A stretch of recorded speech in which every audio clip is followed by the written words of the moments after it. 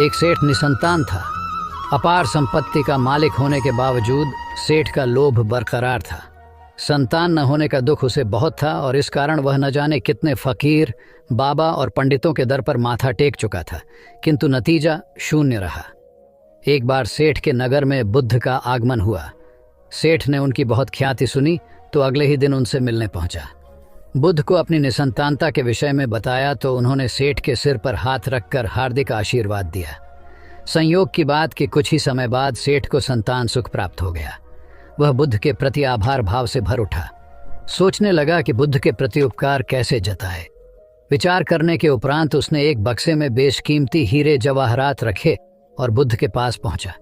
बुद्ध को प्रणाम निवेदित कर सेठ बोला, महाराज, आपकी कृपा से मुझे संतान का मुख देखने को मिला। मैं आपके लिए कुछ करना चाहता हूँ, सो यह तुच्छ भेंट लाया हूँ। बुद्ध ने हीरे जवाहरात देखते ही अस्वीकार कर दिए। उन्होंने कहा, मेरे लिए धन व्यर्थ है, इसे तुम ही रखो। जब सेठ अधिक आग्रही हुआ तो बुद्ध बोले, मैं निर्धनों से दान नहीं लेता। आश्चर्यचकित सेठ ने कहा, पर मैं तो निर्धन नहीं हूँ, अपार धन संपत्ति मेरे पास है।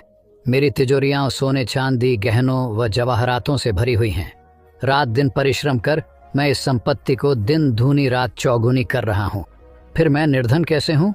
तब बुद्ध ने समझाया, इसका आशय यह है कि तुम अपनी वर्तमान संपत्ति से तृप्त नहीं हो, और अतृप्त व्यक्ति निर्धन ही तो होता है, क्योंकि सच्चा संपन्न तो वह है जो तृप्त हो। बुद्ध की बातों ने सेठ की आंखें खोल दी। संतोष सबसे बड़ा धन और संतोषी सर्वाधिक धनी होता है, क्योंकि इच्छाओं का अंत निर्लिप्तता की परम सुखमय अवस्था को लाता है। एक बार गौतम बुद्ध से अभय राजकुमार ने प्रश्न किया कि क्या श्रमण गौतम कभी कठोर वचन कहते हैं। उसने सोच रखा था कि नहीं कहने पर वह बताएगा कि एक बार उन्होंने देवदत्त को नरकगामी कहा था, और यदि हाँ कहे तो उसने पूछा, जा सकता है कि जब आप कठोर शब्दों का प्रयोग करने से स्वयं को रोक नहीं पाते, तब दूसरों को ऐसा उपदेश कैसे देते हैं। बुद्ध ने अभय के प्रश्न का आशय जान लिया। उन्होंने कहा, इसका उत्तर न तो हाँ में दिया जा सकता है और न नहीं में। अभय की गोद में उस समय एक छोटा बालक था। उसकी ओर इशारा करते हुए बुद्ध ने पूछा, राजकुमार, यदि दाई के अनजाने में यह बालक अपने मुख में कांट का टुकड़ा डाल ले, तब तुम क्या करोगे? मैं उसे निकालने का प्रयास करूंगा। यदि वह आसानी से न निकल सकता हो तो बाएं हाथ से उसका सिर पकड़कर दाहिने हाथ की उंगली को टेढ़ा करके उसे निकालूंगा। यदि खून निकलने लगे तो भी मेरा यही प्रयास रहेगा कि वह कांट का टुकड़ा किसी न किसी तरह बाहर निकल आए। ऐसा क्यों? इसलिए कि भंते, इसके प्रति मेरे मन में अनुकंपा है। राजकुमार, ठीक इसी तरह तथागत जिस वचन के बारे में जानते हैं कि यह मिथ्या या अनर्थकारी है और उससे दूसरों के हृदय को ठेस पहुंचती है, तब उसका वे कभी उच्चारण नहीं करते। पर इसी तरह जो वचन उन्हें सत्य और हितकारी प्रतीत होते हैं तथा दूसरों को प्रिय लगते हैं, उनका वे सदैव उच्चारण करते हैं। इसका कारण यही है कि तथागत के मन में सभी प्राणियों के प्रति अनुकंपा है। भगवान बुद्ध देव और मनुष्यों के शास्ता थे, परंतु सबसे पहले वह मनुष्य थे। मनुष्य बढ़कर देवता बनता है, यह प्राचीन मान्यता थी। आज भी हम मनुष्यत्व के ऊपर देवत्व की बात करते हैं, परंतु बुद्ध ने इस क्रम को पलट दिया। उन्होंने कहा, यह जो मनुष्यता है वही देवताओं का सुगति प्राप्त करना कहलाती है। देवता जब सुगति प्राप्त करता है तब वह मनुष्य बनता है। देवताओं में विलास है, राग, द्वेष, ईर्ष्या और मोह भी वहाँ है। निर्वाण की साधना वहाँ नहीं हो सकती। इसके लिए देवताओं को मनुष्य बनना पड़ता है। मनुष्यों में ही देव पुरुष का आविर्भाव होता है, जिनको देवता नमस्कार करते हैं। मानवता धर्म का उपदेश देने वाले बुद्ध स्वयं मानवता के जीते जागते रूप थे। यहाँ उनके जीवन से संबंधित खुद प्रसंग दिए जाते हैं, जिनसे उनके व्यक्तित्व में बैठी हुई गहरी मानवता का दर्शन होता है। भगवान का परिनिर्वाण होने वाला है। रात का पिछला पहर है। भिक्षु उनकी शैया को घेरे बैठे हैं। बुद्ध उन्हें उपदेश दे रहे हैं। कह रहे हैं, भिक्षुओं, बुद्ध धर्म और संघ के विषय में कुछ शंका हो तो पूछ लो।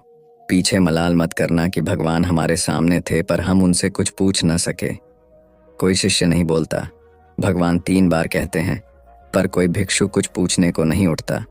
भगवान को शंका होती है कि कहीं वे उनके गौरव का विचार करके पूछने में संकोच तो नहीं कर रहे, इसलिए वह कहते हैं, शायद भिक्षुओं, तुम मेरे गौरव के कारण नहीं पूछ रहे।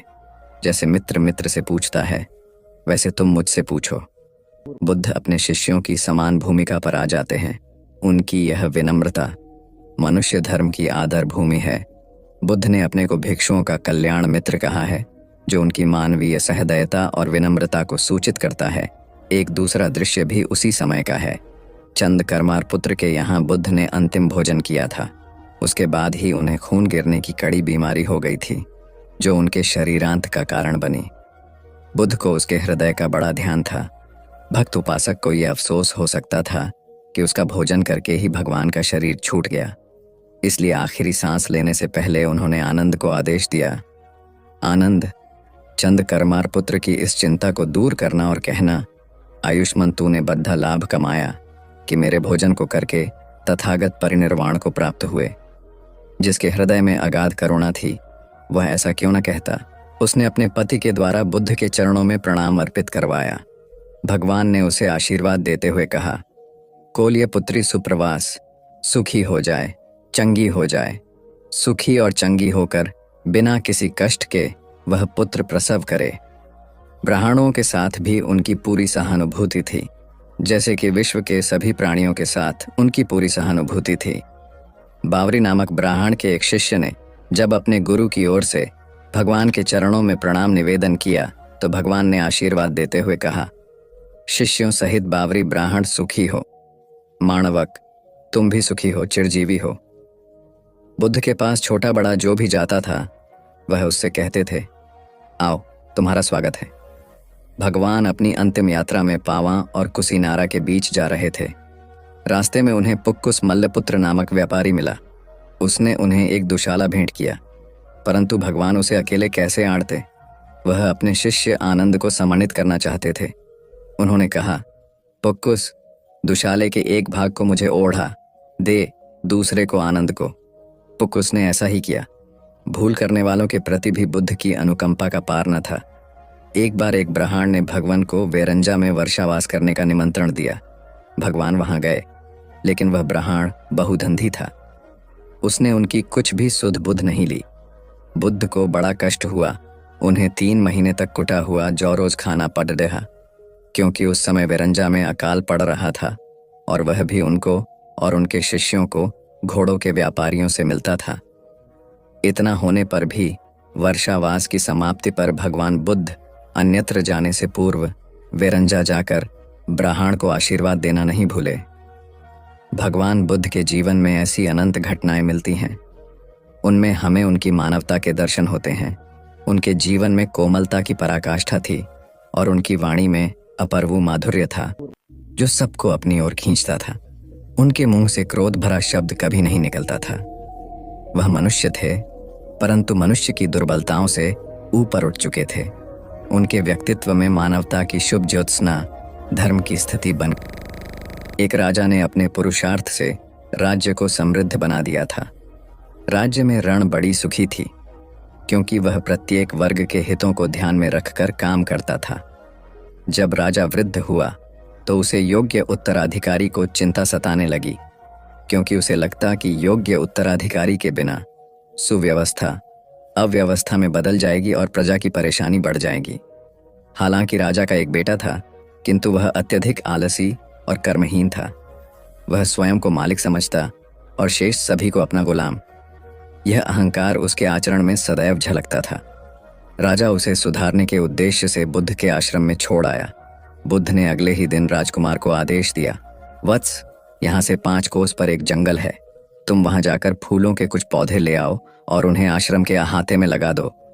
यह सुनते ही राजकुमार को बड़ा क्रोध आया, क्योंकि उसने तो आदेश देना ही सीखा था। चूंकि उसके पिता ने बुद्ध को बात मानने को कहा था, इसलिए वह मन मारकर जंगल गया और फूलों के पौधे लाकर आश्रम में लगा दिए। राजकुमार ने उन्हें सींचा और जानवरों से बचाने के लिए उनकी रात दिन रखवाली की। कुछ महीनों में सारा आश्रम भांति भांति के सुंदर फूलों से खिल उठा। राजकुमार अपनी मेहनत का ऐसा फल देखकर बहुत प्रसन्न हुआ। बुद्ध ने उसे शाबाशी देते हुए समझाया, वत्स, याद रखो, जो सोता है उसका भाग्य भी सो जाता है, और जो चलता है उसका भाग्य निरंतर उसके साथ चलता है। अब राजकुमार कर्मठ बन चुका था। राजा को अपना योग्य उत्तराधिकारी मिल गया था। कर्म सफलता की कुंजी है, अतः सदैव कर्मरत रहना